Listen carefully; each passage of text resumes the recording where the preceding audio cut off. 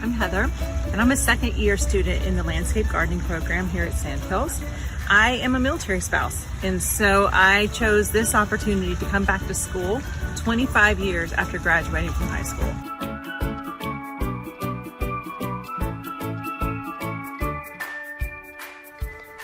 My name is Dalton Huff, and I'm in the landscape gardening program at Sandhills Community College, and I'm from Goldston, North Carolina, and I graduated high school from Chatham Central.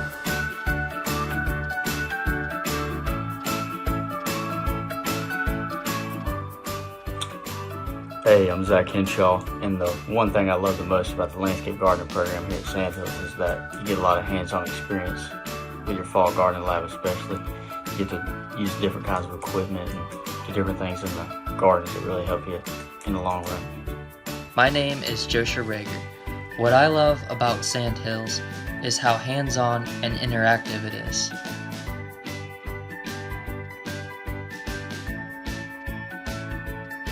Hey guys, my name is Luke Baker, and one reason why I love my program is because I love being outdoors and I love playing golf.